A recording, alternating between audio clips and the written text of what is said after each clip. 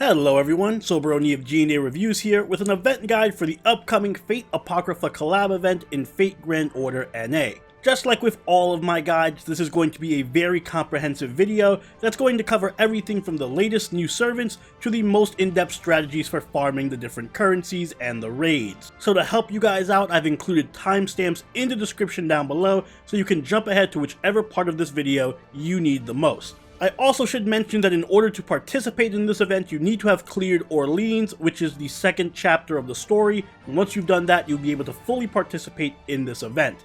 With that said, let's get started by taking a look at the new servants we'll be getting. This event is a rather large one, and with it comes 3 brand new servants. First up, we have the Welfare Servant, or the free servant you will be getting if you complete the event, the 4-star caster Sieg. He has a max attack of 8,394 and a max HP of 11,288. He is an AoE arts caster, and he is a very good one at that. But we also have 2 brand new servants in the gacha as well. Starting off with the 4-star, we have Chiron. He is a 4-star archer with a single target arts noble phantasm and a max attack of 9,294 and HP of 12,250. Another very good servant, especially if you plan on building any kind of crit teams. Highly recommend rolling for him. And finally, we have the 5-star servant of the gacha, Achilles. He is a 5-star rider with a max attack of 11,883 and a max HP of 13,219. He has an AoE quick noble phantasm and is one of the best riders in the game,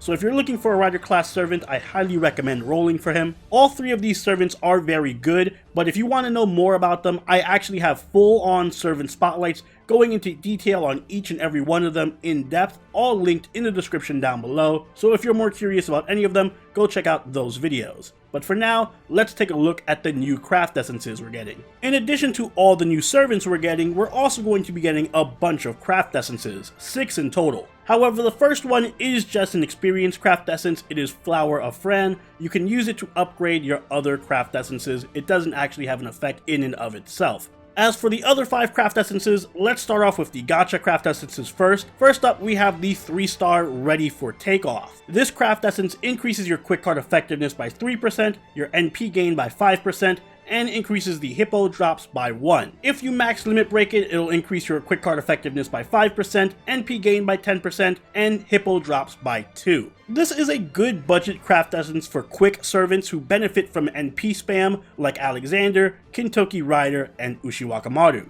Next up, we have the 4-star gacha craft essence, A Moment of Peace and Harmony. This craft essence increases your arts and buster card effectiveness by 8% and your defense by 3%. It'll also increase page drops by 1. If you max limit break it, it'll increase your arts and buster card effectiveness by 10%, your defense by 5%, and your page drops by 2. This is great if you have some kind of mixed arts buster deck servant like Emiya, David, and Semiramis. And finally, the last gacha craft essence is the 5-star Journey Towards the Distance. This craft essence increases your NP gain and NP strength by 10%, and increases your NP gauge by 40% at the start of the battle. For this event, it will also increase the chalk drops by 1. If you max limit break it, it'll increase your NP gain and NP strength by 15% and start you off with 50% NP charge, as well as increase chalk drops by 2. This is an excellent CE for any kind of NP spammers that have damaging noble phantasms like Sieg, Sanzo, and Achilles. Moving on from the gacha, we also have an event craft essence that you can purchase in the shop, the 5-star Afternoon in the Fortress. This craft essence will increase your arts card effectiveness, buster card effectiveness, and NP strength by 10%, as well as increase coin drops by 30%. If you max limit break it, it'll increase your arts card effectiveness, buster card effectiveness, and NP strength by 15%, and your coin drops by 60%. Another excellent CE, very similar to the 4-star gacha CE, but a little stronger. And again, best for mixed arts deck servants like Emiya, David, and Semiramis. And finally, we have another free craft essence that you can actually obtain through the point ladder called At Trifas. This craft essence will increase your NP gain and crit strength by 10%,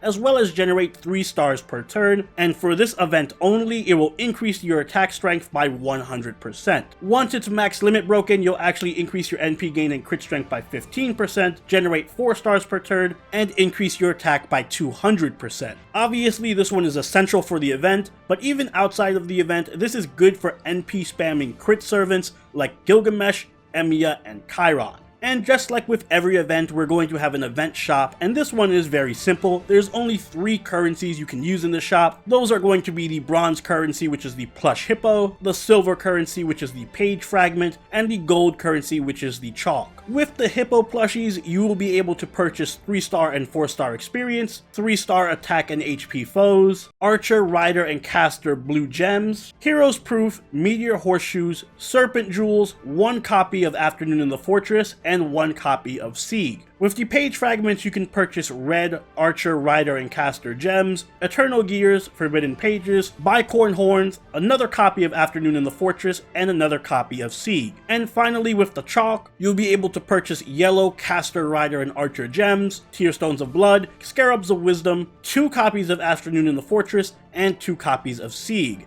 You can also trade in each chalk for 10,000 QP. If you plan on buying out the entire shop, you will need 3,400 chalks, 3,000 page fragments, and 4,550 plush hippos. There's also 2 things worth noting in the shop. First off, even though there's only 4 copies of Afternoon in the Fortress, you can obtain a 5th copy from the point ladder, so you don't need to farm for this craft essence if you want to max limit break it. And secondly, do note that the chalk does trade in for 10,000 QP each. This is a ton of QP. So if you want to maximize your QP gain from this event, you should be farming as much chalk as possible so that you can trade it into the shop. So with all the basic stuff out of the way, let's talk about the more complicated portion of this event, aka the mechanics. So the way this event works is kind of like 2 different event mechanics squashed into one event: raids and point ladders. The raid portion of this event will be very similar to what we did for Onigashima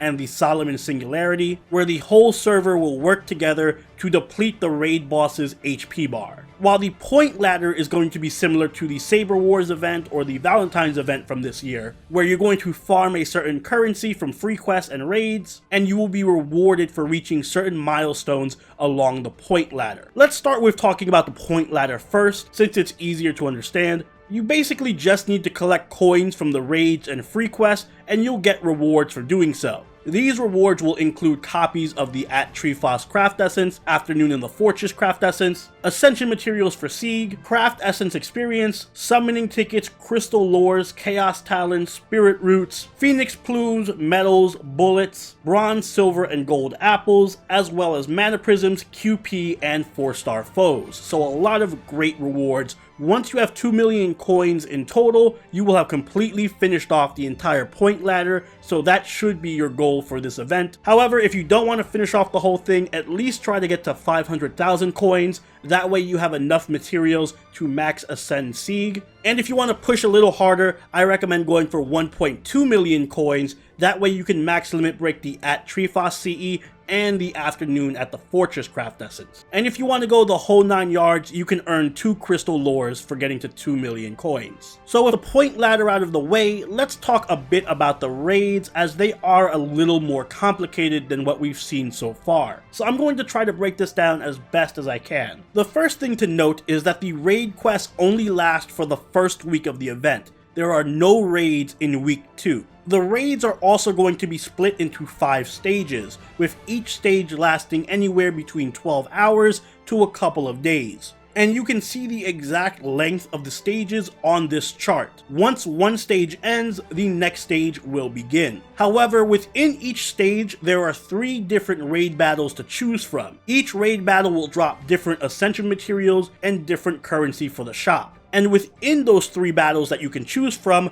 the raid boss can rotate after it dies or after a certain amount of time passes. So to elaborate on that, let's take a look at each stage. In stage number 1, you're going to be up against Jack, Shakespeare, and Avisibron. You can pick which one of these three you want to fight and farm materials off of. However, as an example, let's say that everyone on the server decides to farm Jack first, and Jack dies immediately while Shakespeare and Avisibron are still open. In that case, another Jack will take her place, starting from full HP. Likewise, if the old Jack is still alive by the indicated time on the chart, a new Jack will just replace her at that time anyway with full HP. Once both Jacks are dead, that raid battle is over and it won't repeat, and you can only choose between Shakespeare and Avisibron, until eventually both of their raid battles are done, and then you just wait for the next stage. Also, do note that all of these battles are just one enemy. That is going to hold true for Stage 1, Stage 2, Stage 3, and Stage 4.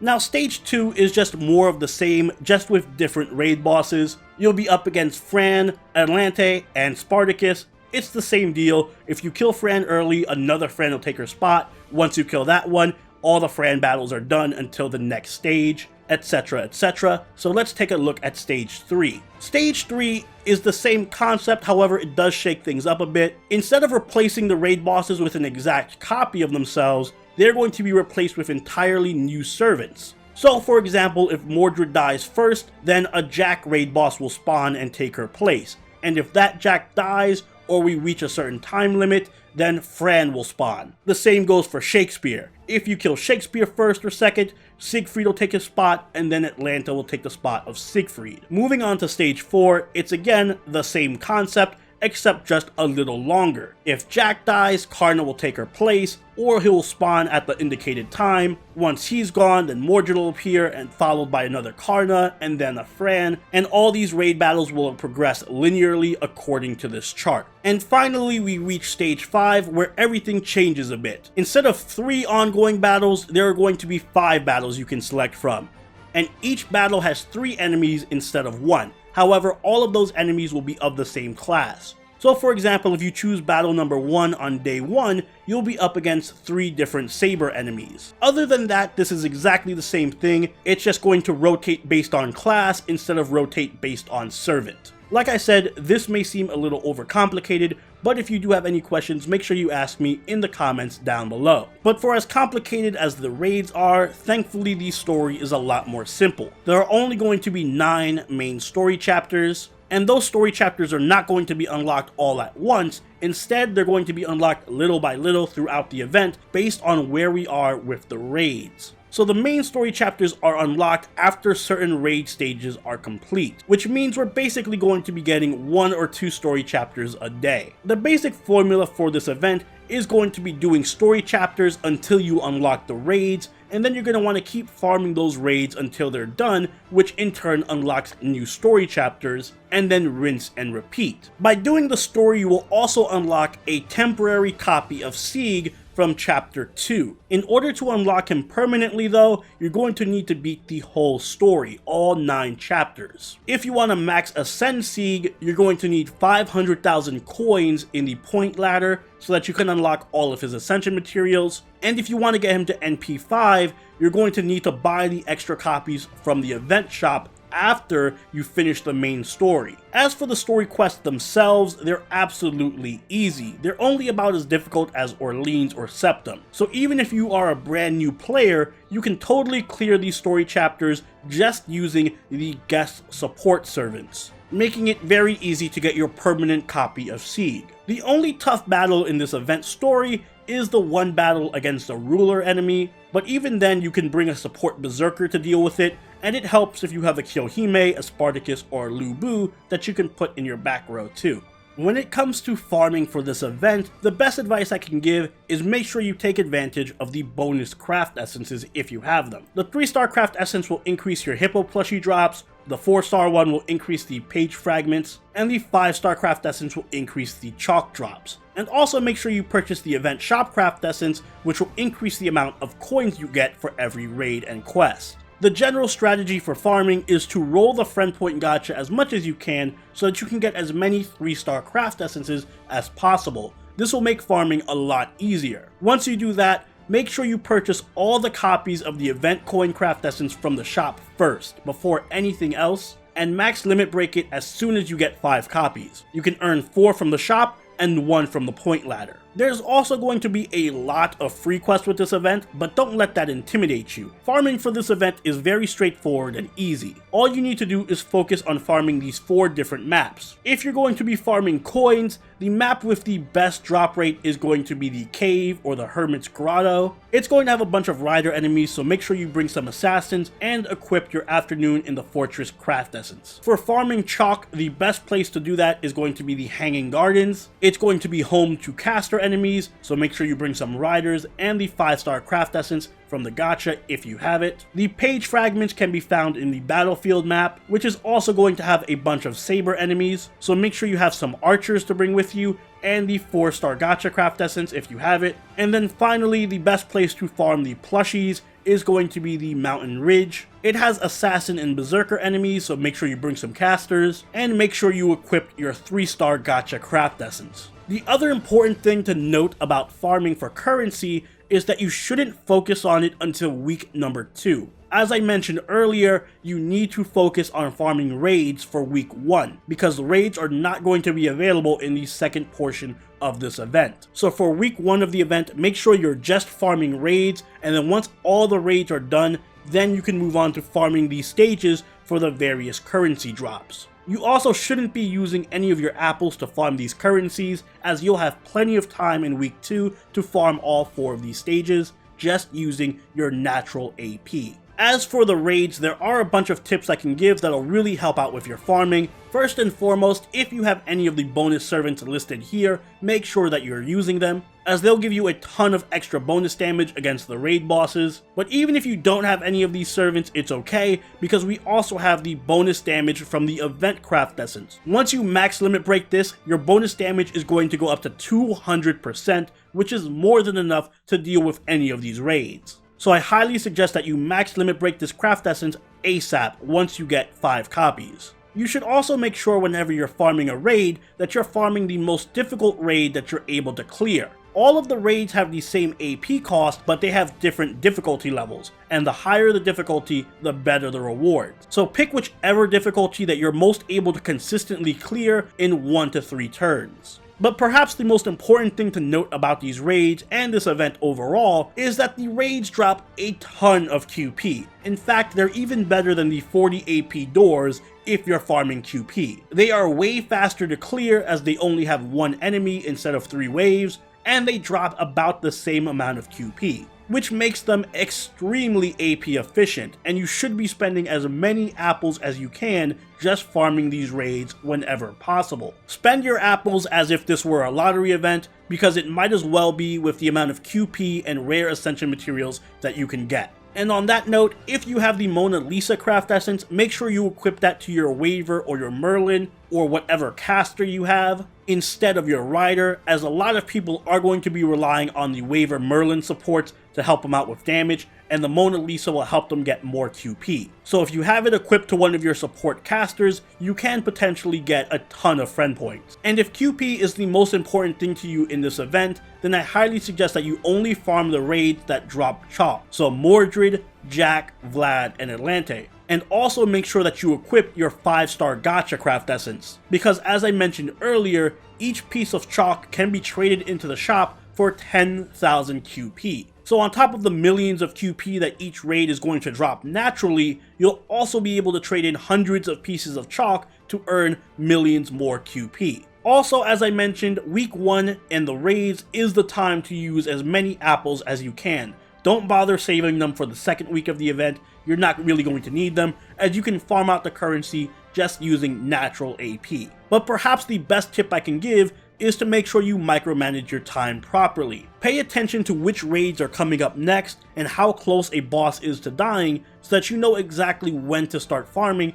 for a specific boss, depending on if they drop a certain Ascension material that you need, or if they're just easy for you to kill. For example, Shakespeare is going to be very easy to farm, as many people have Rider Kentoki, and there are a lot of powerful single target riders like Ozymandias and Quetzalcoatl that make farming him extremely easy. On a similar note, Vlad dropped stakes, and I think that's what all the cool kids are collecting now, so I do expect he'll die pretty quickly as well. But if QP isn't your thing, this event also happens to drop a ton of good Ascension materials. Now, this visual guide comes courtesy of Lord Ashura and Kevin Rio K, so big thanks to them. I'll have a link to Lord Ashura's guide in the description down below, so make sure you go check it out and show him some love. He also has more information there, like the drop rate percentages for each specific Ascension material, so do check that out. But for week 1 of this event, you should be farming the raids, and these are going to be the drops that each raid boss gives once you defeat them. So if any of these materials look good to you, like Vlad's Stakes or Atlante's Phoenix Plumes, then make sure you're farming those specific raid bosses. As for week 2 of this event, these are going to be the drops in the various free quests. So once you finish farming the event currency and you just want to spend your natural AP farming some more Ascension materials,